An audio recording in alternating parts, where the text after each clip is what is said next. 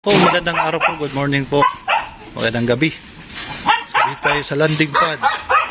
So kung napapansin nyo po, pataas na po yung damo. Hindi po yan gubat. Pagkus po ito po ay mga damo. So nag-ano po tayo, tapos tatanggalin po natin itong mga matataas na damo kasi po pag summer po kasi uso po ngayon yung mga, di ba may mga ahas po baga na nagala. So yan po yung ahas po na yung pag uso ngayon pag summer na punta sa mga damo, delikado po. So kung may bibisita dito si Kuya Bal, Kalinga Prab, delikado po, kaya tanggalin po natin yung mga matataas na damo. Ayan po. Ayan po sa pinakadulo. May nagtatrabaho po dyan sa, sa dulo. Kapitbahay namin. Sa landing pad. Ayan. Hindi po yung gubat Ano po yan? Mga damo. So, simulan na po natin. Kasi nagsimula po ako, hapon na, alas 4 na kasi nag-edit man tayo kanina. Kumbaga, grabing init dito. Naabot ng pumapalo ng 44 degrees Celsius. Sobrang init. Kaya napakadelikado po, kaya tiniming po nating hapon para makapaglinis dito, para pagpunta ni Kalinga Prab uli dito at ni Kuya Bal, malinis na po yung daanan.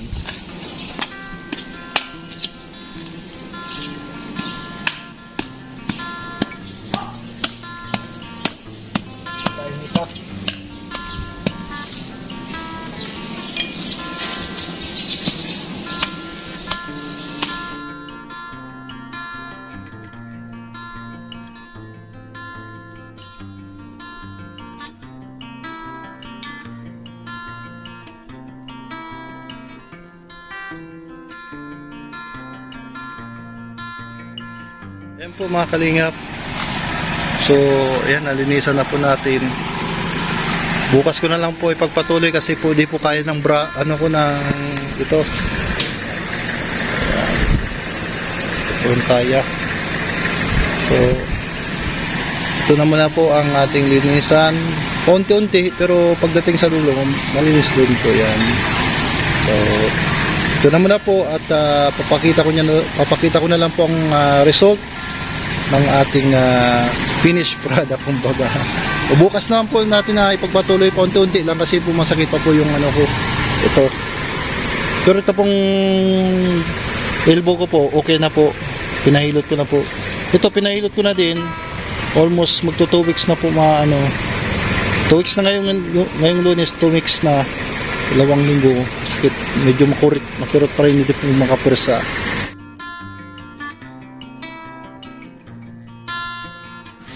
Good morning at mainit na panahon sa inyo lahat. Bumalik tayo para tapusin po yung ating trabaho. Parang Michael Jackson po ako. Tingnan niyo po.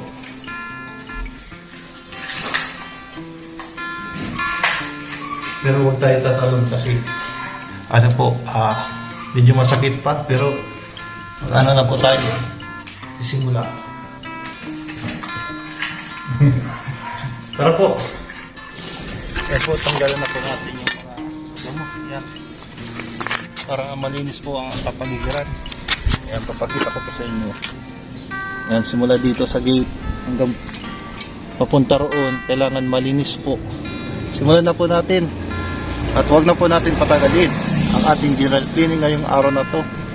Dito po sa landing pad Naga.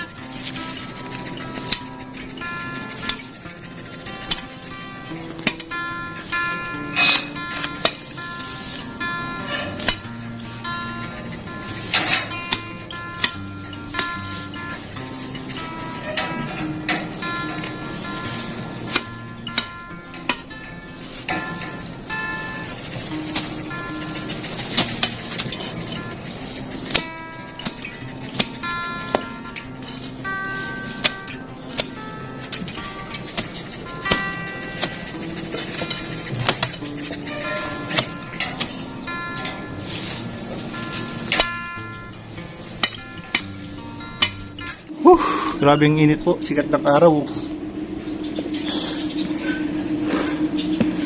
Ang Bicol ay umaabot ng 43 degrees Celsius.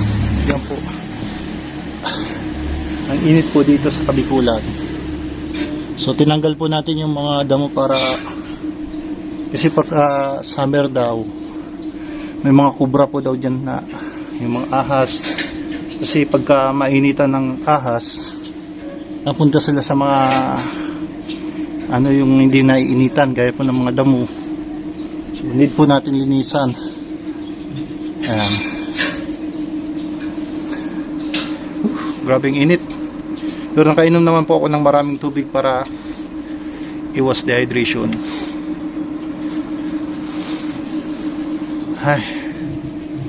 Ito pa tayo sa landing pad. Naga. Hanggang dulo po yan. Oh. Hanggang sa dulo. Kasi po, nung una, ang nagpalinis po rito yung kapitbahay ng landing pad. So, kami naman po naka-in-charge. So, ako na lang po ano po nito, nag-alis ng mga damo. So yun po mga kalingap, inabot po tayo ng hapon dahil solo flight lang tayo dito. Yan sa pinakadulo, yung mga matataas na damo, yung nakita nyo po ay natanggal na. So alis na lang natin yung mga damo na tatapon na lang natin sa basurahan itong mga damong naka-impact. At sa sunod na araw ay mas pupuliduhan pa natin. Inuna na muna natin yung mga matataas na damo. Yan. So pupunta dito si Kalinga Prab at sa kasalukuyan andun po sila sa Eriga City. May meron po silang binilag. So yan, inabot po tayong hapon. Lilinisin na lang natin yan at wawalisan. Maluwalas na po dito po sa landing pad Naga. So maraming salamat po sa panonood ng Sagap TV, and pagpalayan po kayo ng Panginoon, and God bless you all. Bye bye po.